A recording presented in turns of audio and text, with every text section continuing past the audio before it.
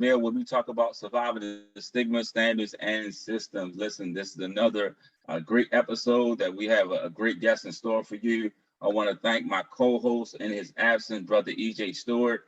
My name is Dwayne Pate. I'm the other half, the other host. And we also want to give a shout out to our sponsor, J. Pope and Associates. If you're in need of any individual, group counseling, family counseling, please make sure you reach out because she was the one that kind of gave us the fire to kind of push this out there and get the information so that we can share about other African-American men and how they overcome success. We have a special guest today, Brother Jan Pinkney, and I'm just going to turn it over to him. He's going to give us a little bit about himself, and then we'll kind of get into the question segment of the show.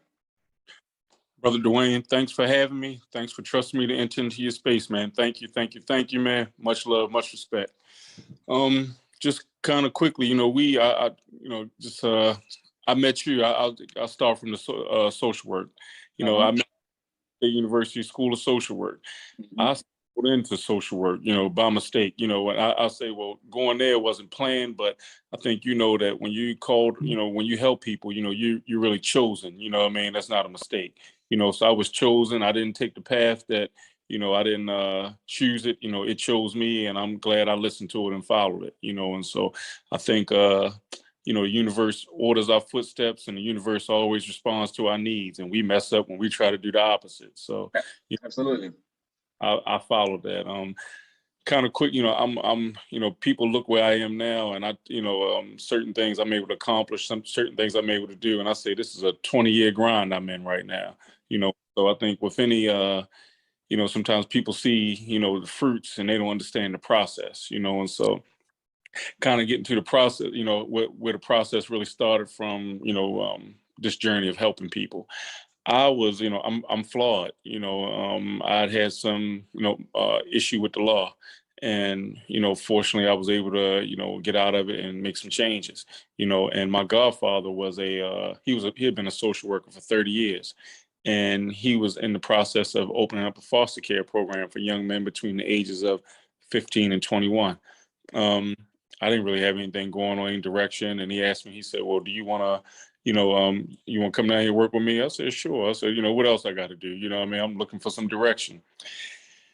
So fast, he opens a place, and, he named it Sarah's House. He named it after his mother, Sarah Wooten. He said she did a great job of raising him and his siblings, so he wanted to honor her. And, this was his retirement. He had encouraged me to go back to school. And I tell you something, strange, I'm with my children's mother at the time. She was a student at Coppin, and she was enrolling in school. And so I took her up there. And so I was I was up there with her. And so I said, while I'm up here, I might as well enroll in school. They told me, I asked them, they said, well, I went to Morgan. This was like 2003. I went to Morgan originally in 1994, 1995. They said, we have to go back there and get your transcripts, blah, blah, blah. Went back there, and I said, well, you know what? I might as well just enroll back in Morgan.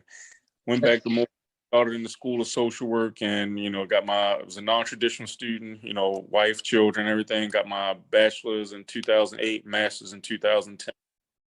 Since that time, served as program director for the foster care agency, Sarah's House, Inc., until 2017. And during that time, I was working on opening up my community-based program, Sarah's House Mental Health Services. Where we provide behavioral health services, psychiatric rehabilitation, outpatient mental health, and also we provide addictions counseling. And I've been doing that since 2016. I closed the foster care program, the residential program, in 2017. And, here I am still grinding. We serve about 500 clients in Baltimore City and the surrounding counties. And that's where I am right now. That's the short of it. Okay, I got you, and I appreciate that history. Can we go back to? I know you talked about you had to shut down the foster care department. Well, I chose to shut it down. Okay. I'm sorry, shut it down. I tell you, when you work with programs in residential, when you go home, it's like people are always calling you and things, and just my godfather had passed and my son passed 3 days apart in December of 2015. My son passed December 11th, 2015. My godfather passed December 14th, 2015. clearly two people who are significant to me, two people who I love dearly. I had, I was already working on the community-based program. And so what I decided to do, I said, you know what, I need to, it's okay to shrink your world, so I shrunk my world. And I said, let me put some of that stress with the residential program aside and let's focus on the community base. Best thing about working in a community based program is that when I leave the office, the work is at the office. Well, as an owner, I always do it, but just work. If you've ever worked in a residential setting or worked in a program where you have residents, it's a different kind of thing. So yeah, absolutely. I spent a little time at Board of Child Care. Actually, while I was getting my master's of social work, I would work there overnight. Then leave there, go to my internship, then go back to then go to class in the evening. So definitely understand that grind, and understand that the 24-hour, 366 days that come with residential treatment. Yeah, I mean it's all day. So let's talk. Go ahead. No, I'm sorry. Go ahead. No, I was about to say, so let's talk a little bit about, the mental health program and just kind of like, and I also want to talk a little bit about your mentor, your godfather, and then if you can, but we'll start with the mental health program and just kind of how is that going for you? What are some of the challenges that you faced as a Black man, kind of leading the organization, and some of the stigmas that you might face, that you might address, that they might that you might hear on a day-to-day basis when it comes to running a program?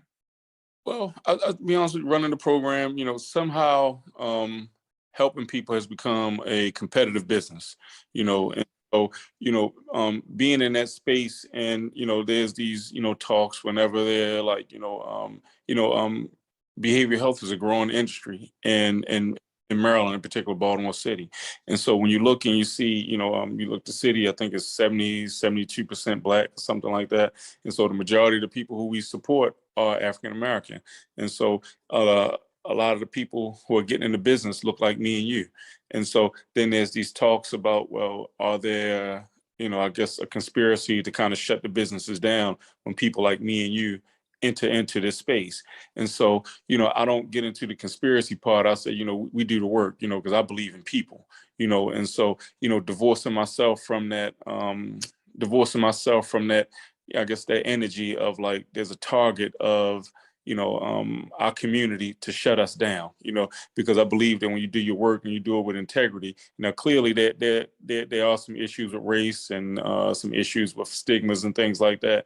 And when I'm confronted with it, then I deal with it. You know what I mean? But, when you're working with people, I got to focus on serving first. Then when I serve and then, when those other issues come up, and in terms of business, I do things that like, a lot of people don't think of. And I learn some valuable lessons. I have an accountant that I keep, that I pay monthly, that helps me with managing my financial records. I have a lawyer that I recently engaged, that helps me with, reviewing contracts and things like that. All those things that kind of help protect me, as a business owner, because I do understand that some of those stigmas and some of the things that can happen and things like that, like as a small business people, well, I said, you can't be mom and pop and big business at the same time, and so what I want to do is I want to make sure that, I'm protecting myself so that I can stay in business, because when you're working with people who are vulnerable, people who are fragile, one of the worst things you can do is jump in and out of their lives, because you contribute to those feelings of abandonment, those feelings of trauma, and so what those experiences with trauma. And so what I want to do is I got to have, longevity and continuity of care. And so that's why I do things the way I do. Absolutely. I think that's a big part of, when anytime that you surround yourself with a good team of people to kind of make sure that help you stay in place. And I'm glad you mentioned the part about integrity. Especially in this mental health field, it's, it can become easy, or the lines get blurred a lot when it comes to mental health, and especially with so many agencies that we have that are servicing our people. We got to make sure that we maintain that integrity to continue to help them get to where they need to go at the end of the day. So what are some of the I know we want to talk a little bit about your mentor, your godfather, who it seems like he played a major role in kind of getting you into this field. So give us a little bit. Can you give us a little bit of some I guess, some enlightenment about the experiences that you had with him that kind of stand out for you? Oh man, I tell you, man, this we don't have enough time, and I first expressed, like first off, my love for him. You know what I mean? Thing I do for is in the spirit of the things he taught me. Not just in I was fortunate to have somebody mentor me in business that loved me. If that makes sense. You know what I mean? And and one of the things he taught me is that he would always say, like, every decision I make. Well, we were talking about himself. Every decision, he said, every decision I make is for the business, because if the business don't thrive, then this don't work. You know what I mean? Taught me that, and that's just as, like, just everything he did, just for people. You know what I mean? It's just, he started with love. He said, I'm gonna start with love, and if you mess that up, that's on you. He said, I ain't never gonna stop loving people, but there's some people I may have to change, rework my relationship with. But he believed in starting with love, believed in treating people right, and doing things. He was just being righteous and just in the light. And so but all of those good things that I'm talking about, feeling, he also was a brilliant social worker. He understood, service delivery, working with, working with young people, in particular young men. Understanding that, like, some of those negative stigmas and things that come along with that. And so he was like, he wasn't going to allow, well, he didn't want to contribute to that, and so he wanted to create spaces to care, nurture, and create, you know, create an environment where when they go out into the world, we're not really releasing them from foster. We weren't really, just releasing them out into foster care. They were ready to be positive contributors to society. So I just learned that from him, and he's just and also like he opened up that space not just to have uh foster care program for young people to stay. He also wanted to have jobs, create jobs for people in the community. And so that was two things he was juggling with that. So I just learned that. So in his spirit, in that model, I do the same thing. A lot of people I employ live in Baltimore City. A good portion of the clients I serve live in Baltimore City. And so, like, once again, just in his spirit and that model, that's what I follow that. Awesome. Awesome. Now, I know you said he passed within 3 days of your son. Can you talk a little bit about that and how you were able to kind of manage through that? Because I can imagine that was a rough season for you. So what kind of help you in that process? Well, it's funny. I just the anniversary just passed maybe last week, and I really don't acknowledge those days whatsoever in terms of, I don't celebrate. I don't, some people go on social media today and all that. I say, man, I just let it go. I celebrate their life. I don't want to celebrate their death. But one of the, like, my son passed, it was sudden. I was not expecting that. When I called people to let them know, as a friend of mine, and he's, we still talk about it sometimes. And I called him up, I was crying, and he was saying, my godfather's name was Ronnie Wooten. I called him up and I was crying. It was December 11th. He said, Jan, Ronnie's still alive. Ronnie's still alive. He hung the phone up. He called me back. He said, Jan, Ronnie's still alive. I said, no, Ciante. I was talking about my son. He said, oh my gosh. So nobody could believe it.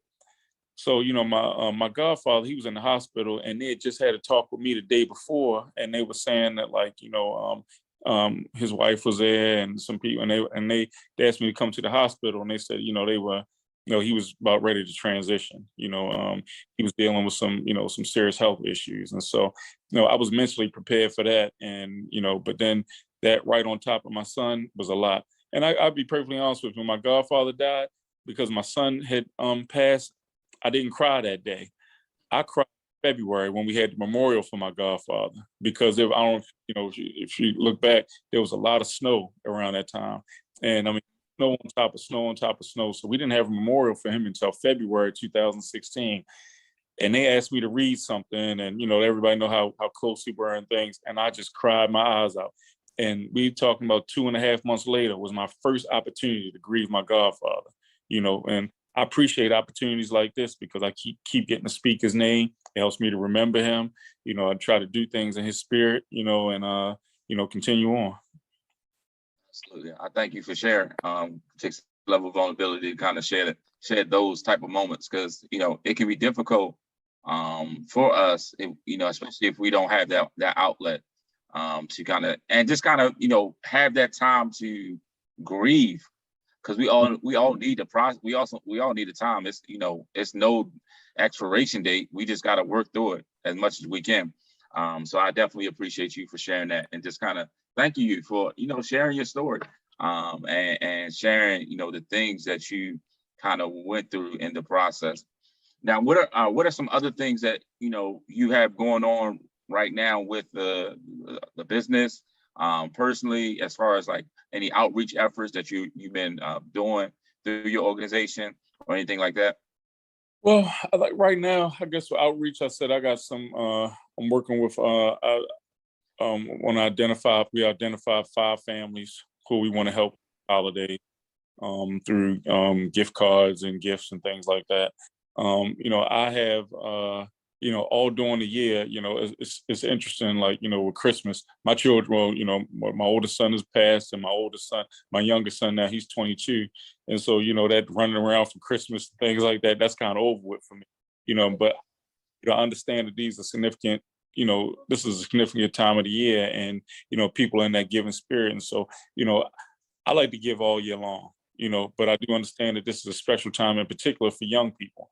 And so I like that if I can help some young people make this a memorable Christmas for them, then, what I can, things I can do, whatever I can do, I will do. I understand that my some limits and boundaries I have with that. And, I wish I could, solve all the problems in the world, in terms of helping people. And we talk about health and happiness and things like that, but I can't. I can just control my little corner of the world and do the best I can. I actually had an event planned for December 29th, but with the rise in numbers in COVID, I think I'm going to pause until spring break, maybe sometime in April. I'm going to do that because of, I've done it before. There's a skating ring in Baltimore, Shake and Bake, and what 3 events there before.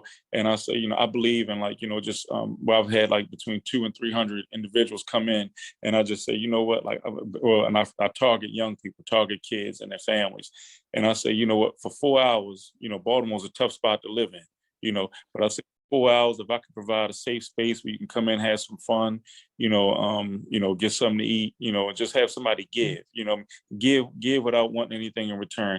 And if they want to learn about the program or our support services that we offer, we there for it. Sometimes I believe you got to do giving. You got to do some giving before you can do some asking. And so, Absolutely. and you have to go engage those communities. You have to go to them. And show them that you care. So. Yeah, I was having a conversation with a group of leaders probably Saturday about that whole, like, if we're going to reach people, like, we can't reach them with the goal of trying to get them in a certain location, but we got to reach them with the goal that we are really concerned about them and build relationships. Because relationships is what's going to keep people engaged. Because if they don't have some sort of connection, then it has no foundation for what they can build upon. So that what you're saying is really spot on. When in this helping profession, because most of the people that we serve, they know how to read us before we read them. They can tell if we are genuine, or they can just tell if we there for a paycheck.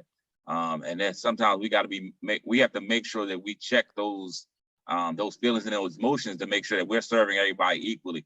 As according to our code of ethics, we got to make sure we treat everybody, with the same dignity and respect for all persons. So that's definitely pivotal in this helping profession, and serving the demographic that we serve. Mm-hmm, absolutely. Absolutely. Is there any other things that that you feel like that helped you kind of get to where you are that you haven't shared already thus far? I just think, I've been fortunate, in experiences, and I listen to people who've done it, before me. I'll start, like I talked about my godfather. My godfather, and I came from, a good family, mom and dad and everybody. They definitely, my foundation. And then I'm speaking, as far as like professionally, my godfather and him and my father were friends since they were teenagers. I mean, my godfather, I would call him my uncle, but he would always talk about he could go hang around my grandparents' house, and my father, my brothers wouldn't even be there. That's how close he was with them. He'd tell me, "Man, I knew you before you were born." But not just with him, like not just with him, but with other people, I listen. And I've been fortunate to be around some great minds and some, I just even like look at people at Morgan, Dr. Daniels, Dr. Archibald. I don't know if you remember Dr. Washington, Yep. Professor. Dr. Alice Washington, right? Yes, sir. Yep. Yep, I remember him. Yep, Dr. Claudia Thomas, Dr. Rhonda Wilbon. So I've been fortunate around some brilliant people, and I take a little bit from each one of them. You know what I mean? And also some of my own personal experiences, and I try to, sometimes I see some things like, I've made plenty of mistakes, and my way don't work. You know what I mean? And so I trust in the higher power. However people choose to, worship, however people choose to, what name they choose to give. I just believe there's something greater than this. And so I believe in that, the universe, I had to listen to actually Dr. Archibald, he taught me this. He said, the universe will always respond to your needs. And he said, when you start trying to take things, you start trying to control things, then that's when you mess up. You know what I mean? But he said, you pay attention, the universe will always respond to your needs. And so, I just kind of, I've been fortunate. That's what I could say. Those are, my experiences. I've been divorced. I lost a son. I've lost, friends and family to violence. I'm flawed. I'm imperfect. I've been through some things, and so, we all experience things. My story is not significant. My story is not like this exclusive thing that's, has only happened to me. But, same thing that happens to me happens to a lot of different people. But what separates us is our ability to recover. So I try to use my ability to recover and see not only just to help myself, but what I can do to help others. Absolutely. What are some, and I think this is big for us as men, what are some self-care strategies or things that you have in place to kind of help you stay, with managing a business and, personal, like you got to have some sort of balance and set some boundaries. So like, what are some things that you have in place or that you're trying to put in place? Well, I'll start with one thing, and I think me and you got this in common. I love going to the gym. Oh yeah, absolutely. Not about, I think cosmetically, I don't have the time to work out the way I want to look the way I want to, but just being sometimes like I have one of my friends work out together often, but even sometimes just going by myself. It's not about so much the work, but it's about that that being able to be by myself, that solitude where it's just me and my music and whatever workout I want to do. That's self-care. Not even so much about the actual workout, but just the time to be able to think. Every now and then I keep a book in the car. So if I go somewhere and I'm waiting to go somewhere, I keep a book in the car just to keep my mind active. Self-care, like my wife tells me, she said, "You the self-care king," because I get my hair cut probably twice a week because I got, but whatever manage these gray hairs I got to pop up here, I go get, I believe in, manicures, pedicures, massages, those kind of things.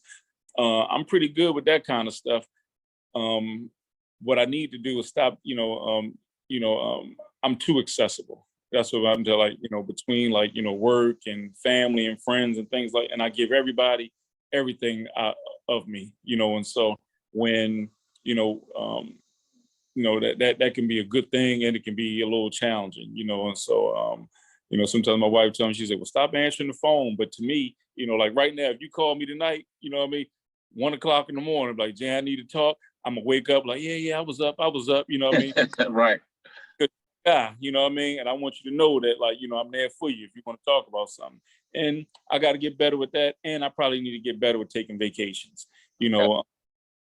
There's this thing that I learned about recently, we call like John Henryism, and we believe that we are, that like, our value is based on how hard we work. And then we have to outwork ourselves, and so just learning like, how to balance that stress, how it impacts, our physical health, like when we put that stress on us and things like that. And so I'm learning that, like trying to divorce myself from certain things. I'm cool. I'm about to be 46 soon, right? I'm working very hard to be able to sit down and do nothing by the time I'm 55. You know, people can't envision that. They were like, why you want to, I mean, if I can do it early, I will. You know what I mean? I got some things going on in real estate, some things going on in my own business. I don't have to, I'm not a flashy guy. I heard my wife talking to somebody the other day. They were talking about Christmas presents, right? My wife says, she told somebody, she said, well, I had to let him know what I bought him for Christmas because he was ready to buy it for himself. And she said, Jan is a man that gets everything he wants, but he don't want much anyway. You're right. I'm stuck. I'm okay. You know what I mean? I got everything I want. I want to get out of this business and with life. I got, I'm okay with that. So what I want to do is I want to be able to help people and put myself in a position where I can divorce myself from some stress and live a long, healthy life. Yeah, I'm with you on the build everything, like build the business up to the point where you ain't got to be there every day. I keep telling my people, like, listen, by 45, I want to be able to, like, if I wake up today and say, all right, I don't have to go to work if I don't want to.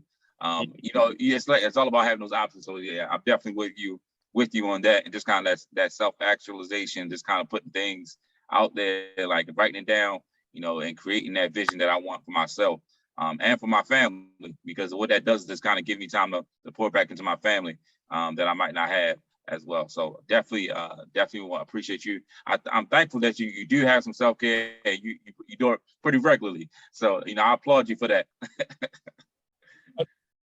I do those things because if I didn't, what it does is it gives me an opportunity to sit down and allow somebody to take care of me. That I had to find what I liked, and to be honest with you, I'm about to be 46. I'm still trying to find what I like. I'm still learning. I've said it a few times, and I'm a flawed individual. So I'm still finding out what I like, and what I want to do, and what I because I've experienced losses. My son, my godfather, my mother passed away in this past July. I, you know, you know, I'm in touch with my own mortality. I understand what it is, and so I want to be able to be, what can I do to kind of extend this life and get the most out of this shell that I've been granted, and like while I'm trying to govern this shell, I'm also doing some things for my spirit, I don't want to poison that part of it of myself either. So that's why the work I do, working with people and trying to, it's so important to me. But I also got to remember to take care of myself, because if I don't take care of myself, then I can't help nobody else. Absolutely. That's one of the most important lessons that I'm learning. That you got to invest in yourself. Because if you don't, nobody else will, and you'll just kind of be standing there empty after pouring out for everybody else. So that's definitely a lesson that I'll take from this, and just kind of something that I'll continue to work on. So thank you for that. I appreciate it. So I usually like to, if there's a young man, a man who's between the ages of 18 and 45, who's really listening to this podcast and they're trying to figure out life, what are like a couple, some quick things that you would kind of encourage them to do in this moment if they're listening to it right now? Well, understand it's going to be a process. Mm-hmm. Sometimes when they see people of affluence or see people that have arrived, understand, like, it took a while, to get there, and so when people come to me, I can't tell you the easy way because I didn't take the easy way. I honestly don't.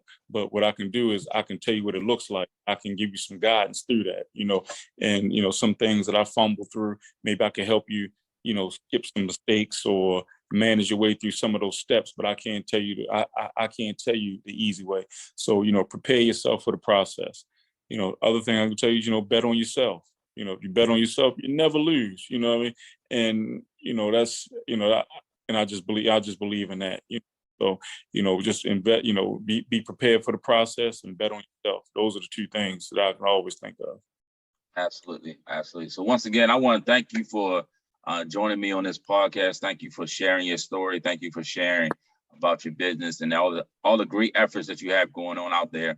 I truly appreciate you taking time out of your schedule to be on this podcast and just kind of share your story. If anybody wanted to get in contact with you and your agency, what's the best way to do that?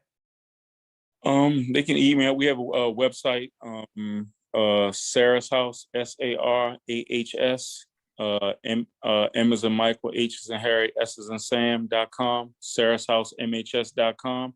You can send a message through the website.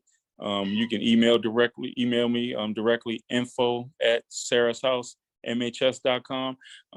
Those are the best ways. Let them know. Let me know that you saw me on the podcast, and I reach out. And I tell you, anybody that says they were referred or they was directed, or you the go between, the kind of respect and admiration I have for you, that's going to be easy. And I did this, and people need to know is that we got equity in this. It's not because I just want to sit around and talk and do a podcast. You're a great guy, great human being, and I love the work that you're doing and you continue to do. And not just when people are looking, but when they're not looking. And so because the kind of respect I got for you, this is the kind of thing where we don't see each other every day, don't talk to each other often, but I just got that kind of feeling and trust and respect in you and for you, and big love, much respect all day, every day. Appreciate that. Thank you so much for that. And I want to thank you all for joining us for this podcast of Unapologetically Black Male, where we talk about surviving the stigma, standards, and systems. Make sure you follow us on all social media outlets, subscribe to our YouTube channel, so make sure that you continue to get this content, this information, that we're out here to celebrate African-American men and their success stories and hear their stories and how they manage everything that they have going on. So once again, thank you again for joining us, and I look forward to seeing you next week. Y'all have a great day.